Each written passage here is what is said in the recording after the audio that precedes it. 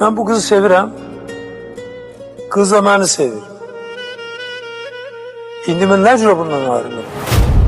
Ben bu kızı sevirəm, kız da beni sevir.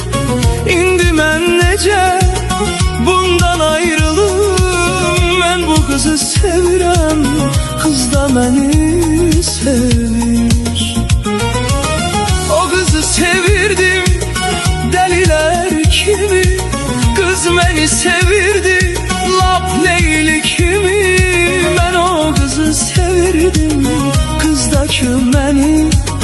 Ben o kızı sevirdim, kızdaki beni. Ben bu kızı sevirəm, kız da beni sevir. İndi ben nece bundan ayrılım. Ben bu kızı sevirəm, kız da beni sevir. Hissiyatlar bərpa olundu. Ve ben karar kabul ettim ki hayatımı bu kızdan kurabilirim.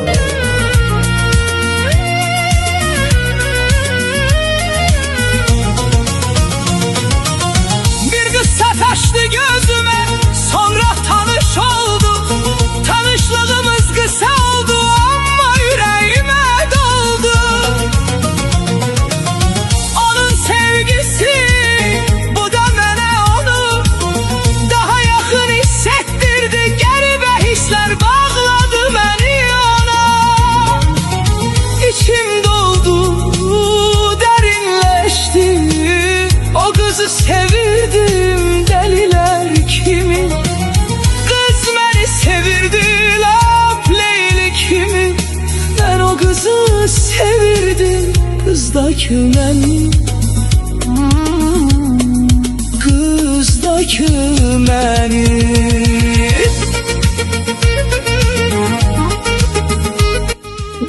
Belə çox ürəyimə girdi. Sonra isə dərhal mən Leningrad'a okumaya gittim. Tanışlığımız kısa olsa da onun hakkında çok şey öğrendim. Ben de her defa daha çok bağlandım, yine sevdim. O hisler o kadar güçlüydü ki onu yine görmek. Biz bundan sonra görüşebilmeyeceğiz.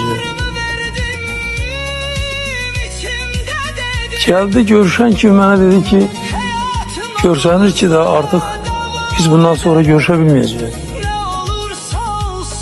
Ben dedim ne için?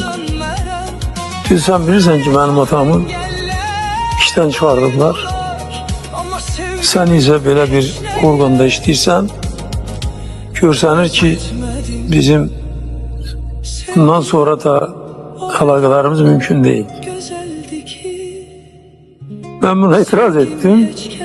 Dedim ki bizim münasebetlerimiz kimin orada işlemesinde nasıl değil. Ne senin atan ne benim. Biz çok samimi münasebetler yaranıptır. Çok büyük muhabbet yaranıptır aramızda. Hakikaten o beni çok sevirdi. Ben de onu çok sevirdim.